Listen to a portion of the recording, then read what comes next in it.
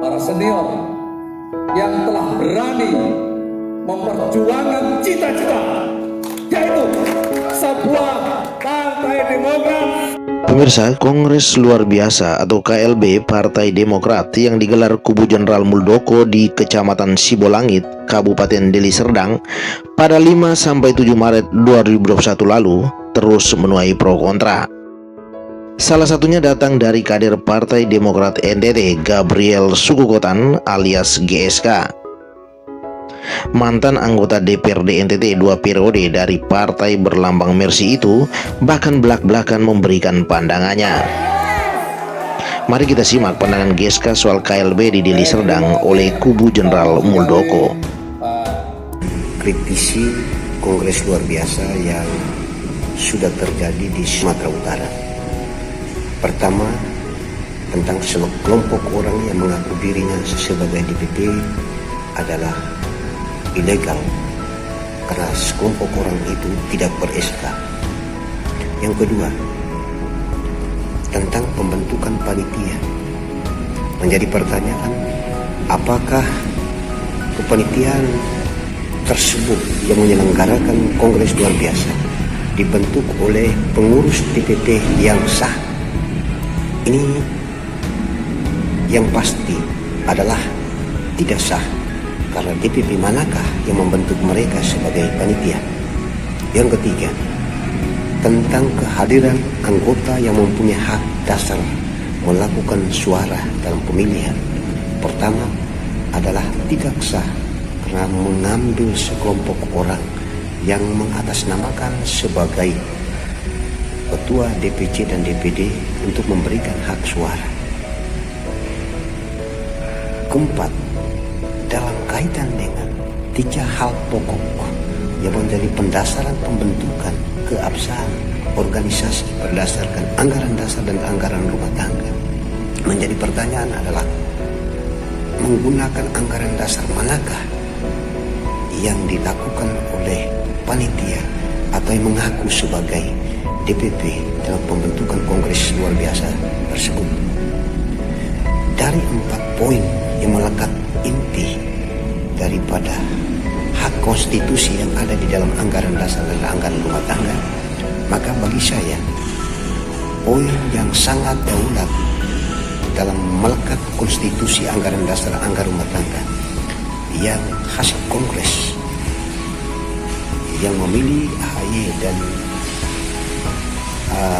pengurusnya dengan ketua majelis pertimbangan adalah Susilo Bambang Yudhoyono adalah anggaran dasar yang sah yang sudah dicatat dengan resmi dalam lembaran negara oleh di Departemen Hukum dan HAM.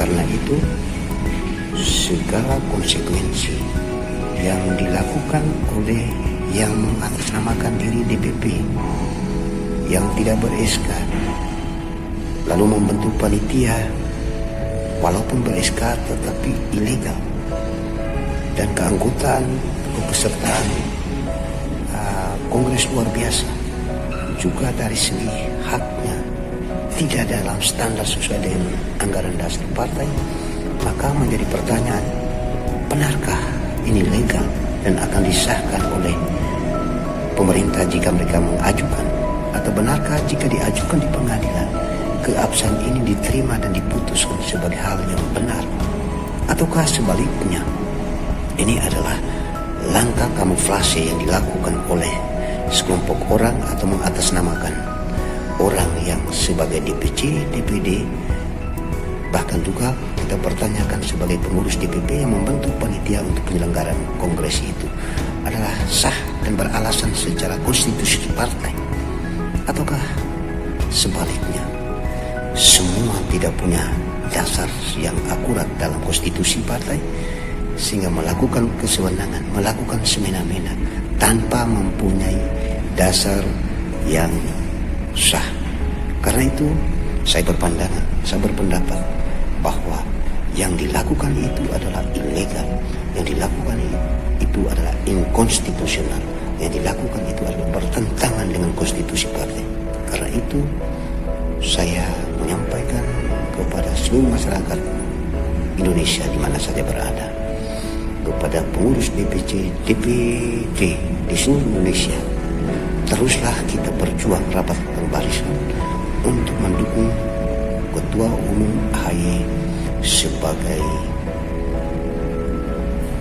ketua yang konstitusional menurut demokrasi Pancasila, menurut mekanisme yang sudah diakui negara.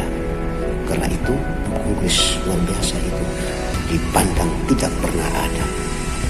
Kita mengharapkan untuk pihak aparat penegak hukum bisa mengambil pilihan sesuai dengan demokrasi Pancasila, kebenaran yang berasaskan logika aturan, logika normatif, konstitusi partai yang sudah diakui ditetapkan di dalam kongres sebelumnya, yaitu kongres yang memilih AHY sebagai ketua umum dengan strukturnya yang ada dan absah menurut keanggotaan yang sudah punya sikap bulat memilih AHY, mendukung segala struktur yang dikembangkan di dalam surat keputusan yang sudah diakui oleh negara dan didaftarkan dalam lembar negara. Demikian pikiran dan pandangan saya.